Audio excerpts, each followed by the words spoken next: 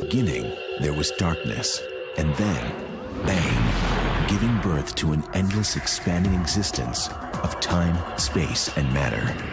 Now see further than we've ever imagined, beyond the limits of our existence, in a place we call the universe. It sounds like a Hollywood blockbuster. A deadly asteroid is on a collision course with Earth.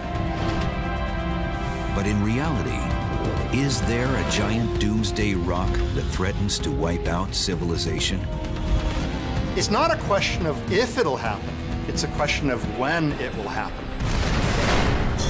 An asteroid took out the dinosaurs 65 million years ago. Are we next? Go in search of these cosmic killers, assess their threat, and analyze the best ways to get them before they get us. Stopping Armageddon starts now.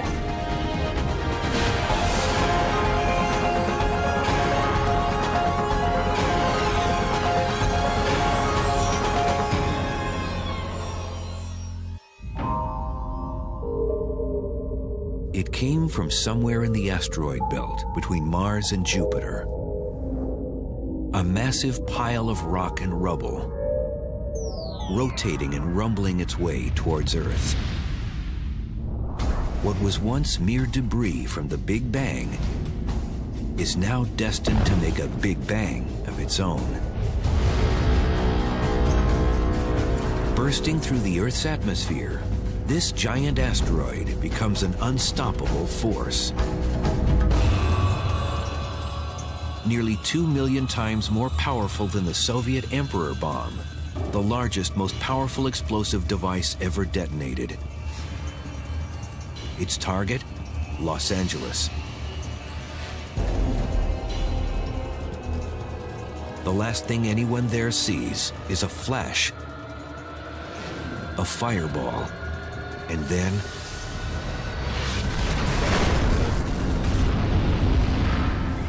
if this asteroid were as large as we might imagine, a 10-kilometer asteroid, we would be talking about a crater that is 10 times larger than that. So we'd be talking about a 50-mile crater. So all of Los Angeles would end up being this humongous crater. We'd be talking about absolute devastation, nothing left over range up to perhaps 100 miles. As far away as San Diego, they would get massive earthquakes, they would get massive air blasts, winds that would simply flatten everything 200 miles away, would kill everything out to a range of perhaps 1,000 miles. And that's just the immediate impact. Then you would have all this debris fall back on the planet Earth. It'd be like a Christmas tree, seeing all these ornaments being thrown out in all directions.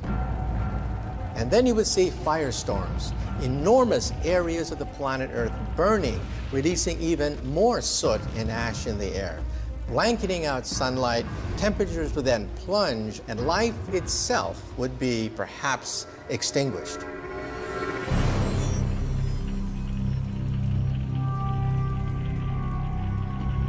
What you've just seen is a worst-case scenario of a major Earth impact event. The kinds of asteroids that can extinguish much of the life on Earth, most of the species, come around every, say, 100 million years or so. And it's not a periodic phenomenon. It doesn't happen every 100 million years. It could happen at any time, just on average, roughly once every 100 million years. So it's not a question of if it'll happen. It's a question of when it will happen.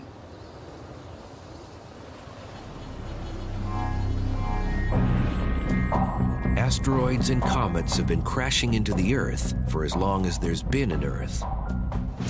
Soon after its formation, about 4.5 billion years ago, our planet became a frequent target in a cosmic shooting gallery.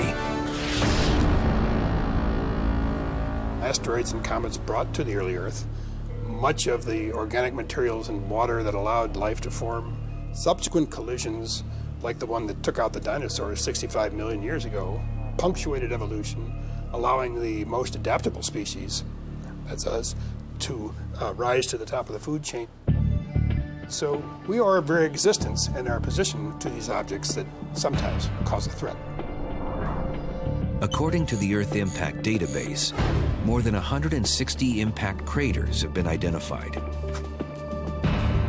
The largest one is called Chicxulub, Mayan for Tail of the Devil.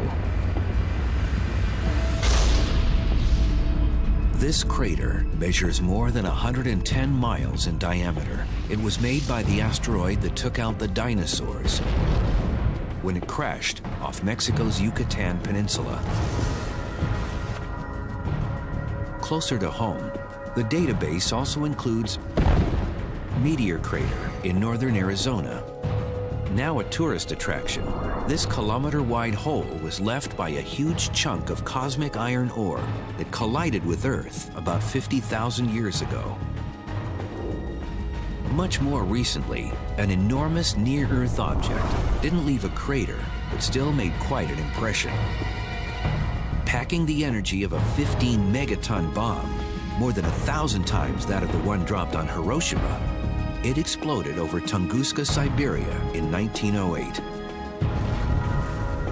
It didn't even hit the ground, but the shock wave from this airburst flattened all the trees and vegetation in the area. It was like a gigantic hand that came down from the heavens to press all the forests and trees. That's the size of the devastation of Tunguska. If the Tunguska event had occurred over Moscow or New York or Los Angeles, the devastation would have been catastrophic, completely destroying the city and a vast area around it. Though the chances of a Tunguska-type event happening again are remote, perhaps once every 500 years, the potential for a major disaster, if it does occur, can't be ignored. That's why NASA established the Near-Earth Object Program at the Jet Propulsion Laboratory. Its mission is to find asteroids that pose the most serious threats to Earth. The first step in stopping Armageddon. 2032.02. These are just nominals. There's a .01. Whenever I'm asked what are the most important aspects of the Near-Earth Object Program, I say, well, the three most important aspects are find them early, and then find them early. Because if we can find them 10, 20, 30 years in advance of a problem, we have the technology now to mitigate them. The NEO program employs 5 full-time telescopes located across the American Southwest and around the world. They search the skies for asteroids, especially those measuring at least 1 kilometer in diameter, or about 2/3 of a mile and larger. Asteroids that big can cause worldwide devastation on impact. We can compare the process of finding asteroids to the process of figuring out where a golf ball is going to land after it's been hit. Now just imagine that instead of being able to see the golf ball continuously throughout its entire flight, I only have a handful of freeze-frame snapshots of it while it's moving. And now I've got to figure out where it's going to go. So first of all, I've got to correctly distinguish the golf ball in the frame from all other objects in the frame, say trees or birds, or even other golf balls that may not be the same one. Once I've identified the golf ball in each of the frames, I need to use what I know about the laws of gravity to correctly fit a trajectory to it so that I can figure out where it finally lands. In the same way, when we look for asteroids, we have to just take snapshots of different parts of the sky and distinguish the asteroid from stars, from galaxies, and from any other transient phenomenon like, say, cosmic rays. Then we have to use the laws of gravity to fit a model orbit to it and figure out where it's actually going to go in the end.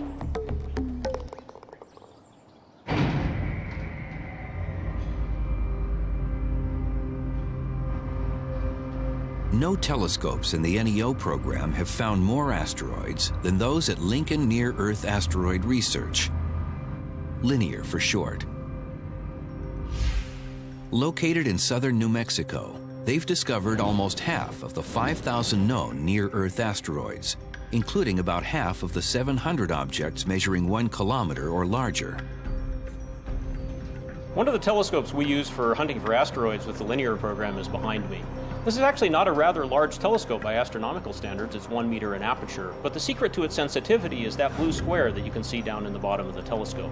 That's a charge-coupled device specially manufactured for wide area sensitive search. And the combination of this telescope and that CCD gives us a system exceeding 1 million times the sensitivity of a human eye. This is what the sky looks like through the linear telescope. What you can see is a number of stars here that are fixed, and also in that data there are a number of near-Earth objects.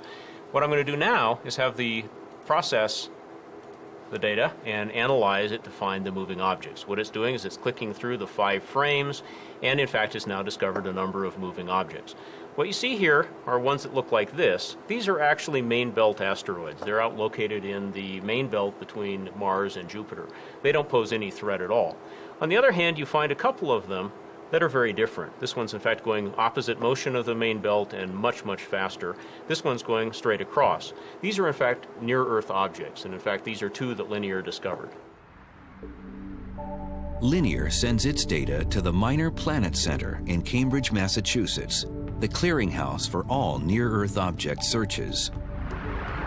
The Minor Planet Center's job specifically is to tie the observations of new NEOs with already existing NEOs and just refine the orbits of the near-Earth objects in general.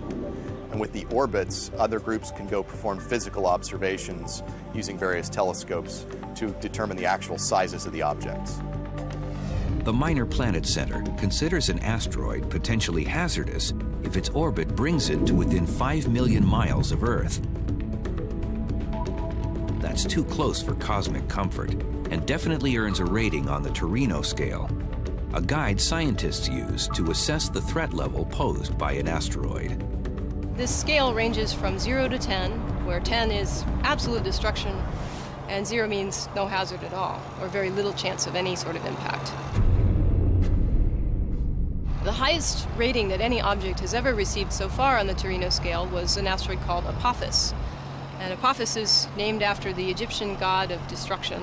So Apophis at one point had a Torino rating as high as 4. In fact, in the weeks following its discovery in December 2004, there was a time period when it appeared to have as high as a 2.7% chance of impact in 2029. That's about 1 in 37. These are roulette odds, not lottery odds. And so at that time, everybody really started paying close attention to Apophis as a possible threat in 2029. Measuring about 270 meters in length, or more than 800 feet, Apophis has the energy of a 500 megaton bomb, enough to wipe out a major city or cause a devastating tsunami. In 2029, Apophis will come closer to Earth than the satellite bringing you this TV program. Despite the unusual proximity, additional radar and optical analysis have eliminated the threat of an Earth impact, a 0 on the Torino scale. But during that orbit, Apophis may pass through a keyhole, an area in space where if the asteroid passes through it, there's a 1 in 45,000 chance of another encounter with Earth in 2036. The possibility of a collision in 2036 is something that we're very carefully monitoring, and yet we have excellent opportunities to observe Apophis in around the year 2013 and again around the year 2021, at which time, with very high confidence, we can say that that possibility of impact will be eliminated. In the unlikely case that that possibility of impact persists, we'll still have plenty of time to avert the collision through some kind of a mitigation campaign. Mitigation is the next step to stopping Armageddon. How do we prevent Apophis or any large asteroid from colliding into Earth and causing mass devastation? The obvious answer may be the worst option of all.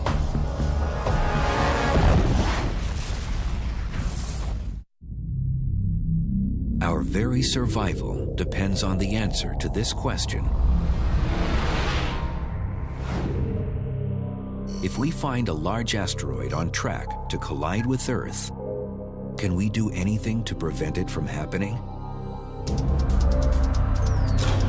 You can think of an asteroid impact as a huge natural disaster. But the thing that makes this different than the kinds of natural disasters that we know about, hurricanes or earthquakes and things like that, is that in principle it's preventable. So your job isn't necessarily how do you clean up in the aftermath, but how do you prevent it? And that's an important distinction. Preventing a massive Earth impact brings us to step 2 for stopping Armageddon: mitigation. Neutralizing a deadly near-Earth object is no easy task. Take it from Hollywood. Or maybe not.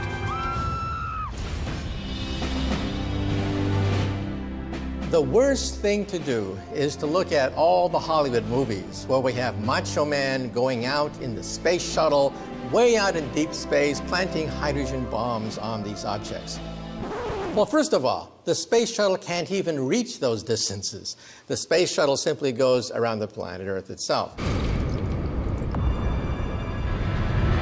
Second of all, and more important, to blow up an asteroid is the worst possible scenario.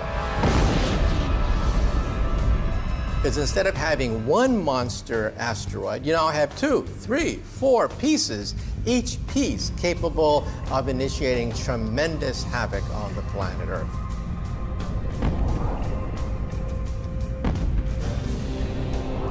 On the other hand, if it were a large object and you had enough time, several years, you could try and blow it up and hope that the shrapnel would miss the Earth, or most of it would.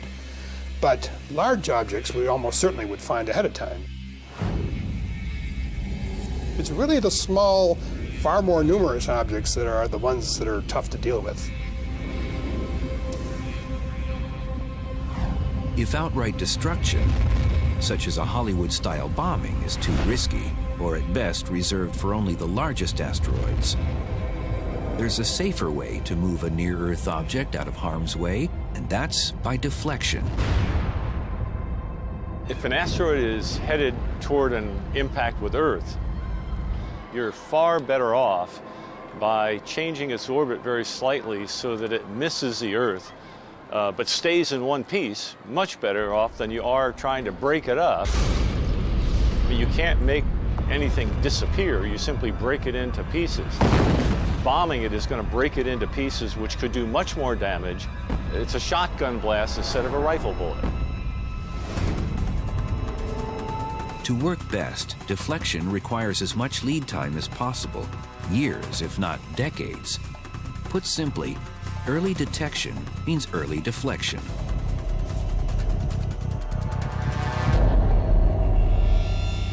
More importantly, the farther away it is, the less force we have to apply in order to cause a large shift in the asteroid's orbit.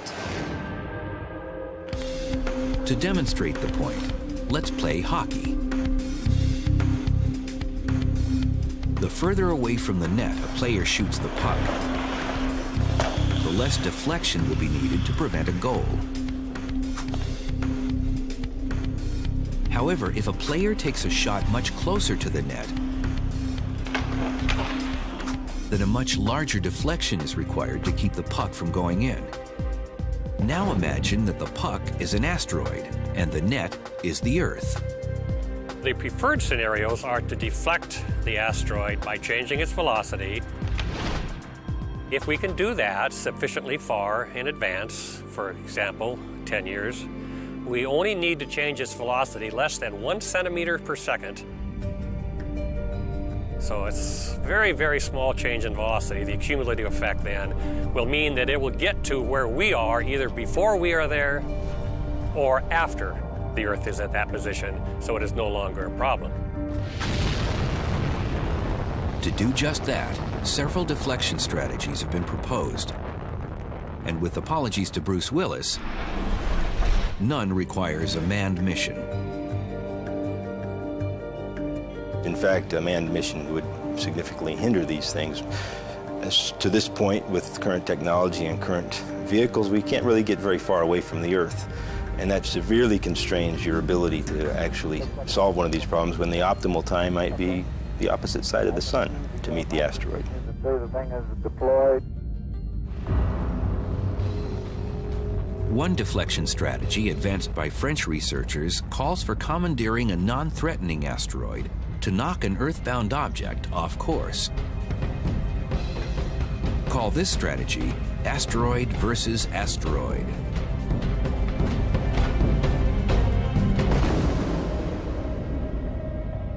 It's not totally outside the realm of possibility.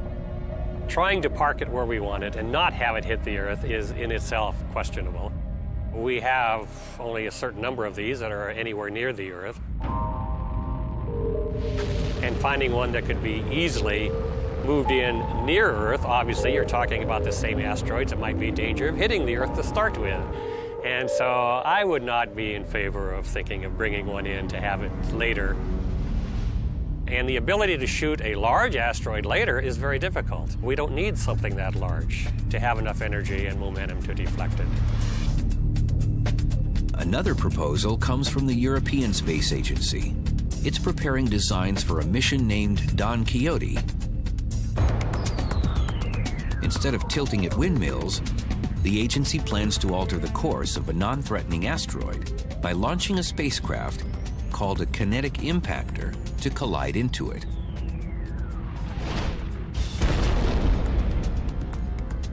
A kinetic impactor is number one in my toolbox of what I would do. It's very simple, it's straightforward, and we at least have a bottom line, a minimum effect that we know we can count on. We can launch something large enough at sufficiently high velocity within at least, let's say, 10 years, 20 years, to deflect an asteroid up into the several hundred-meter range.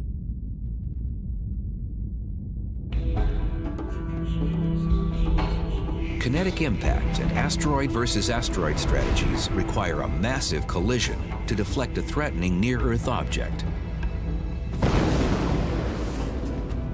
But other proposals suggest it may be possible to stop Armageddon with nothing more than a beam of light.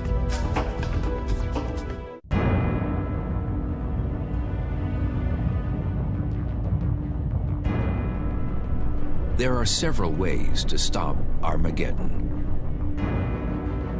Some propose a sudden massive impact that literally knocks an Earth-bound asteroid off course.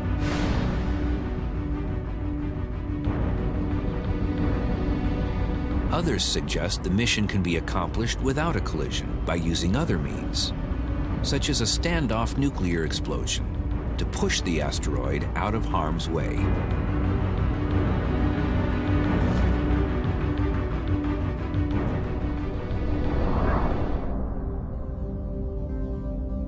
You detonate the weapon some small distance off the surface. The main effect then is for energy, hopefully in the form of neutrons, penetrating the surface, and you heat it and you blow off pieces of the surface. It's over a fairly large area, so you diminish the chance of breaking it up.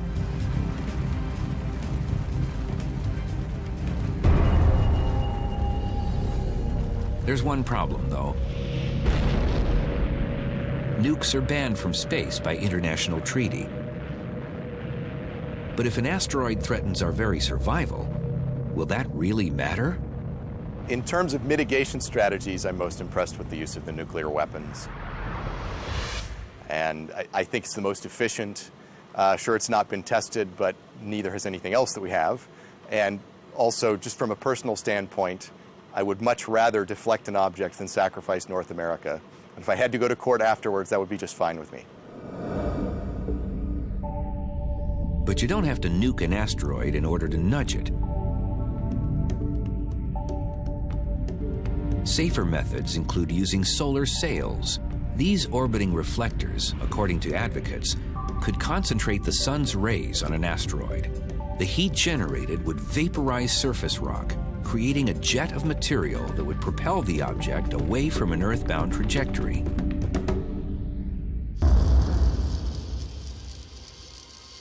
Then there are lasers. If they're powerful enough to cut the strongest metal and perform delicate surgeries, then maybe a more powerful version could deflect an asteroid. The laser is very attractive because it's more economical. It costs less, basically. It's easier to do. It could be a robotic spacecraft. The laser uses a beam of light to the asteroid, which causes material to fly off from the asteroid, which then pushes the asteroid. You don't have to carry the material up there that's going to exert the force on the asteroid. The laser can be very precisely directed. It's very gradual. It can be done over a 3-month period. Researchers discovered a laser's potential by accident in the 80s while experimenting with short pulses on a wafer made of silicon, material similar to the surface of an asteroid. We basically set up a movie camera and timed it with a laser so we could take step-action shots of the material leaving the surface of the silicon wafer. And we were surprised to discover what we found. That is, we can actually see these chunks of material coming off and see them vaporize. It was a scientific discovery as well as a new technology. As significant as that discovery was, it's still a big leap from a silicon wafer to an asteroid. But it's one that can be made, proponents claim, with a laser pulse 5,000 times more powerful than those we use every day on Earth.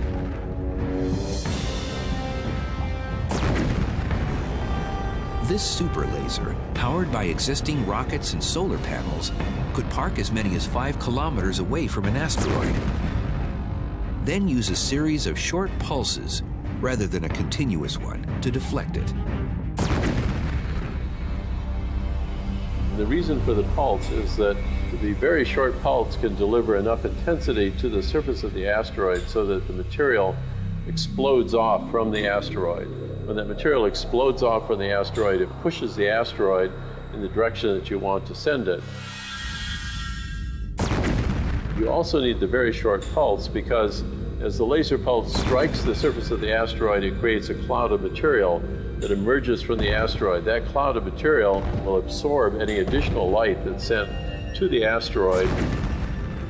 So it's extremely important to get all of the light energy into that area of the asteroid in that very short time before that black cloud forms. To some experts, lasers and even solar sails could work, at least in principle. The intense light they both emit is adjustable and adaptable to all types of asteroids, and the ejected material, mere puffs of dust, would pose no threat to Earth. But their potential drawbacks could prove prohibitive. Keeping the laser source or a large solar mirror in the correct place is very difficult to do and has to be done for a long time. With regard to the solar reflection also, then there's a question of the dust that's blown out. What is it going to do to the solar mirror? And so there are significant long-term problems. And so whether that could be done in the future, we don't know. At the present time, it's certainly outside of our capability. There are continuous lasers now that produce more power, 25 kilowatts, 50 kilowatts, that have been made for military purposes that have more power than is necessary. The kind that we're proposing would require taking the ultra-short pulse lasers and increasing the power up to at least 5 kilowatts, maybe 10 kilowatts. A focused effort could probably do this within 5 to 10 years, could actually be done if there was an intent to do so. And why stop at just one laser?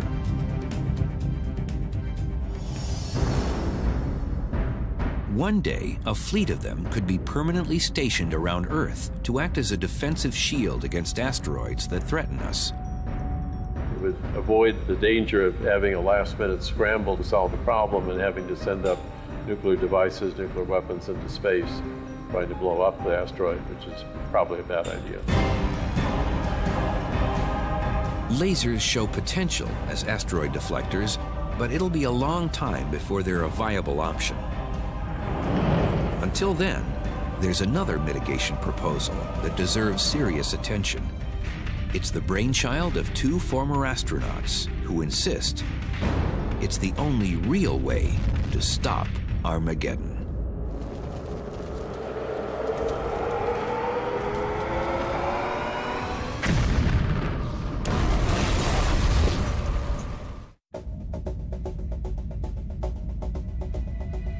Of all the proposals to stop Armageddon, the most effective one may be a contraption called a gravity tractor.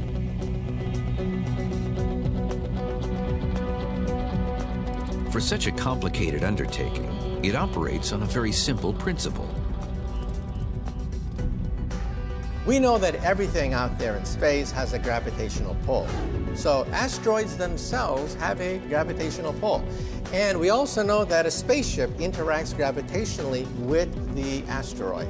So if the spaceship were to come close enough to the asteroid, it could then begin to attract the asteroid slowly out of its course, if we can get it in time.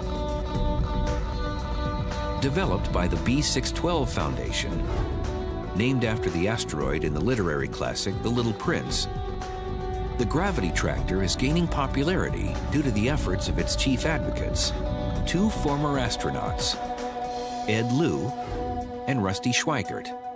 The gravity tractor is a very weak deflection concept, but it's very precise. And so we don't recommend using it for what we call the primary deflection. That is, to make the asteroid miss the Earth.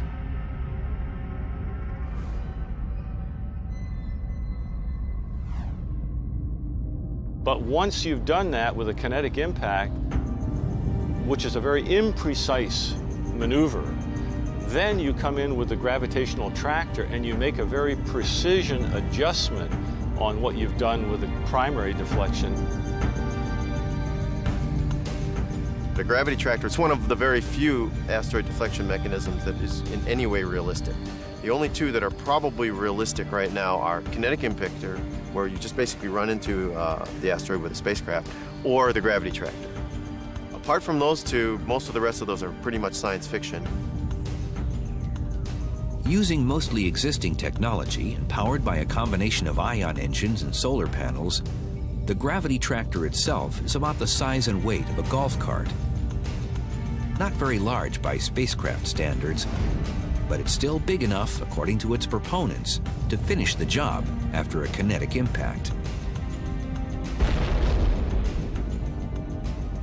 This asteroid is spinning around an axis or tumbling, whatever, and I come up with the gravity tractor and I basically park here. I want to pull it in that direction.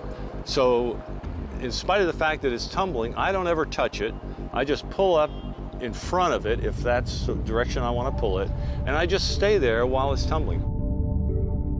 Let's say if the asteroid itself is 300 feet in diameter, then we would want to hover something like 250 feet from the center of gravity of that asteroid.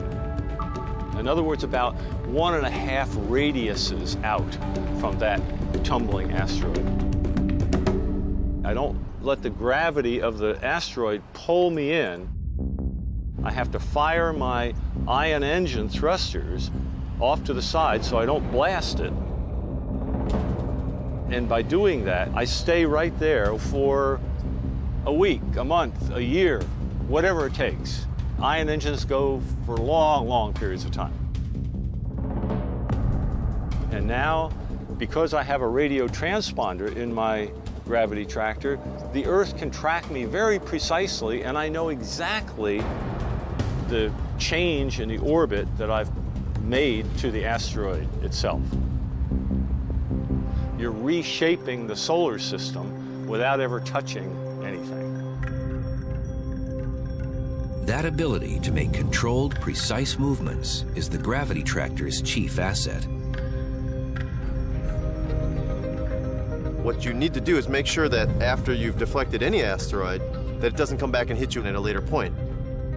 What a gravity tractor allows you to do is to measure precisely exactly where it's going and to make tiny corrections to it so that you are very certain that it is not going to come back and hit you. Despite this advantage, the gravity tractor's major drawback is its very small force. Maybe too small to make a difference on a really big asteroid. The gravity tractor takes a long time and a small asteroid to be effective. It would have to be much smaller than 1 kilometer, perhaps 150 meters, 300 meters, something on the size of Apophis or smaller.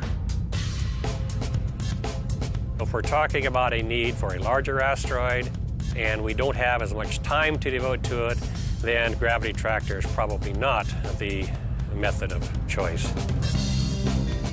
But it turns out that the expected time between when you find that an asteroid impact is possible and when the actual impact is going to happen is many decades. So most of the time, you have time to use such a thing. By the time we get hit by something that big, we're going to have technology we can't even imagine now. So there'll be something else and not the gravity tractor. But if we had to do it now, we could do it. The point is that we can protect the Earth right now from asteroid impacts if we do our work. To demonstrate the gravity tractor's effectiveness, the B612 Foundation aims to perform a test deflection on a non-threatening asteroid by the year 2015. That's really important because if we find an asteroid that's uncomfortably close to hitting the Earth and you decide that you have to deflect it, that's not a good time for your test flight. You want the test flight to be done beforehand so you work out any possible bugs.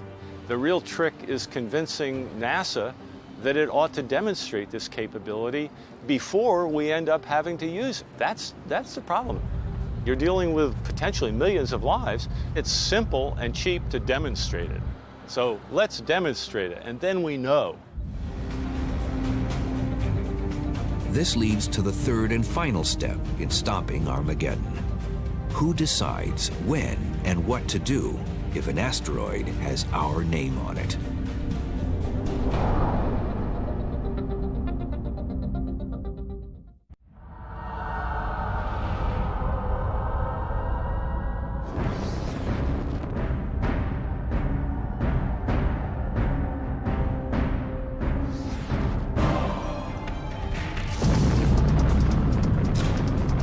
There are 3 fundamental steps to stopping Armageddon. Detection and mitigation comprise the first 2.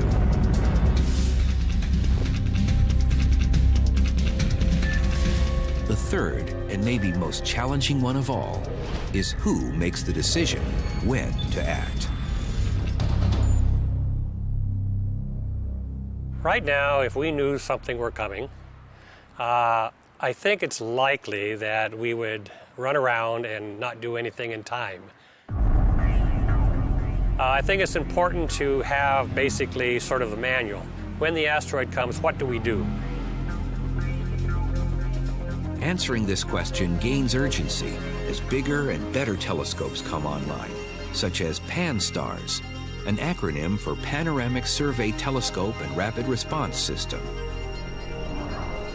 PAN-STARRS is a University of Hawaii project that may well revolutionize the search for near-Earth objects. The idea is to have a very wide field telescope with a huge field of view, and so they can go deeper, that is further out in space, and do it faster and cover much more of the sky every night.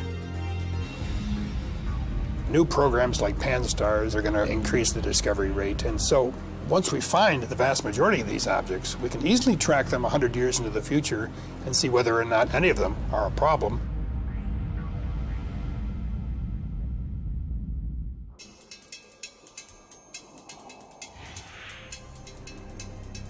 Some experts predict that within the next 10 to 20 years, as many as 1 million near-Earth objects could be discovered. That's in addition to the more than 5,000 we've already found. Even with this exponential increase, it's still possible that a space object, perhaps a comet, could evade detection and hit us. Comets can literally come out of the blue. They come from the outer reaches of the solar system, and they come in, and we may only have a few years or less to mount some kind of a deflection effort. So we don't know for sure that there's no comet heading our way. But comets don't fly by the Earth very much, and so we have a very good confidence that the predominant Earth hazard is coming from asteroids. It is possible right now that we could be hit by an asteroid that we're unaware of. There are plenty of surveys going on right now, but they're geared for finding the 1 kilometer and larger asteroids. And so there are objects down to about 150 meters that we're particularly interested in, and we've only found a few % of those. So there needs to be much more surveying in the future to find those potentially hazardous objects. Right now, there are no protocols about what to do, when to act, and who makes these decisions in the event of an imminent Earth impact. So who has the authority and the capability to protect the Earth? NASA's current charter is to find them, track them, and physically characterize them. What are they made of? How are they put together? They don't yet have the charter to mitigate them. You can well imagine that an asteroid impact would be an international problem. So it's going to take some international cooperation to decide who does what and when. International decisions are extremely slow. I think it's important that countries get together and talk about a protocol for how you would make such a decision. And if they begin their quibbling and arguing at the moment they find it, they may quibble and argue all of their time away before they have to do something. The good news is this conceivably could unify the people of the world around something that affects all of us. And we could all work together to solve it. The whole globe is at risk, not just any one country, and not just spacefaring nations. So while the spacefaring nations may end up with the responsibility to do something, who pays for it? Who says do it? Who handles the liability? We're working with the United Nations to get them prepared to make rapid decisions. The Association of Space Explorers, an international organization of people who've flown in space, will submit recommendations for Earth impact preparedness to the United Nations in 2009. It's a first step. Until then, let these views serve as the best informed perspectives on the subject. We need to think in terms of this is something that's important for Earth, it's important for the children, it's important for the people who come after us, and it's our willingness to prepare at this time and to give them the tools so that should the threat emerge later on, that there will be the resources and the ability and the knowledge to resolve that threat. We may have another Tunguska, an event that is capable of wiping out an entire city, a city buster. However, on a scale of millions of years, perhaps 50 million years, we have the possibility of a life-extinguishing event. It's prudent to take efforts today because no one knows when the next impact will come. All we know is it's coming. Strangely enough, I am not concerned about a potential impact in the near future. I know the probabilities. It is unlikely. But it's also unlikely that you will get on a plane and it will crash, and we still spend lots of money making planes safe. We have various ways of doing that. To me, this is almost an actuarial problem. We're going to determine what the threat is and prevent it.